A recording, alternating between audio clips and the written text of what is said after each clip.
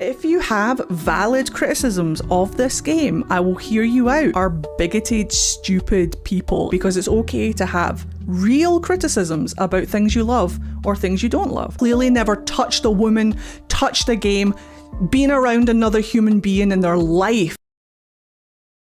The Greek fable of Narcissus tells the story of a man so in love with his own reflection, he couldn't look away from a pool of water until it spelled his own demise.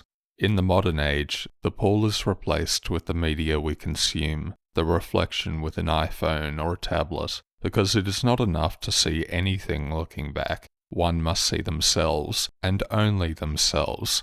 To attack media is to therefore attack the person so desperate to see themselves reflected within it. Thus, criticism is equated to a personal attack, and it must be defended at all costs. How sad is that? The other side, of course, is just as guilty. Everything is perceived as woke, cringe, political. Everything has an ulterior motive. Isn't it so selfish that the people I disagree with keep forcing their agenda on things I like? Oh, but it's okay when my side does it. Identity is just as loaded as anything else now. It is at the center of everything, whether it must be protected, that politics is great, insofar as it suits my needs, or an excuse used by mentally ill Marxists, liberals, sexual deviants, and so on. Here are 5 words: incel, woke, fascist, liberal, capitalism.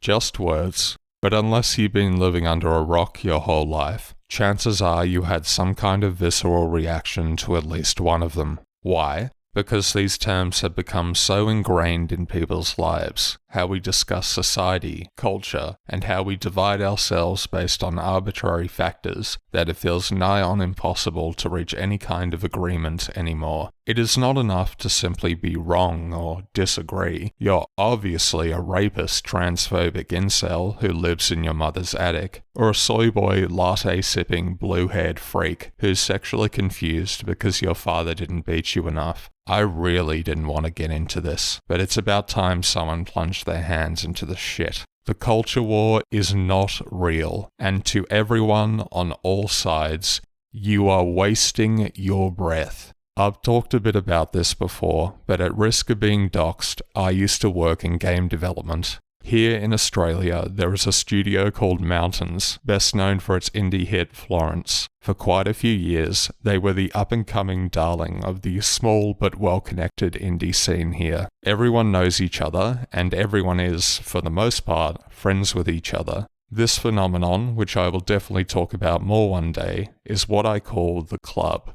Stick with me here, there's going to be a point at the end of this. One of the lead developers at Mountains is a guy named Ken Wong. For a man who long labelled himself a feminist and an ally, representative of an indie studio full of like-minded, creative people, some of whom I knew personally, the kind of people that were quick to tweet about Rockstar overworking its staff in the lead-up to the release of RDR2, Ken was later revealed to be a toxic, physically and verbally abusive, narcissistic piece of shit. And you know what? Every single one of those people in the club, always so quick to call out what was happening in AAA, didn't say a word. Why? Because they're friends with him. There couldn't be a more perfect example of why the identity debate is hollow and always has been. It was never about representation. It was never about right or wrong. It was about shitty people using whatever they could to get ahead. Best of all, if you criticize them, you're obviously a hater or a phobe. Rules for thee, but not for me. Identity does not matter, because the people employing it, whatever the reason, don't think it does either. It is a tool for engagement, to protect from criticism and rally gutless, unthinking consumers for PR that quite literally writes itself.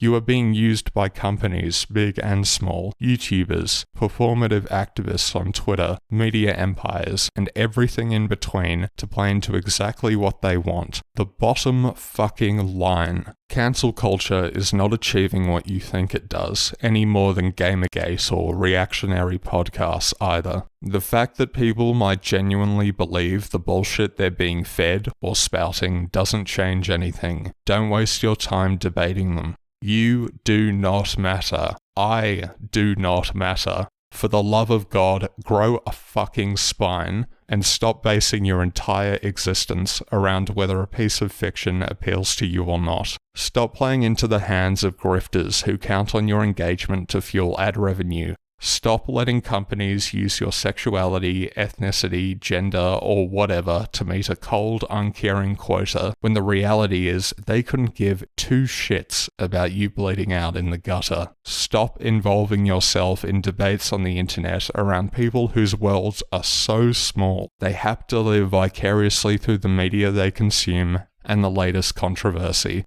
Stop letting opportunists use you as a mouthpiece or for a buck. Just stop. There's always a buck to be had doing that.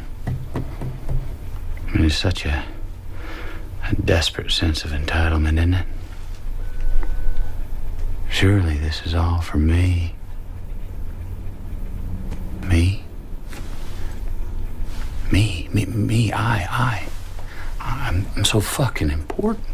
I'm so fucking important, right? Fuck you. Just for a second.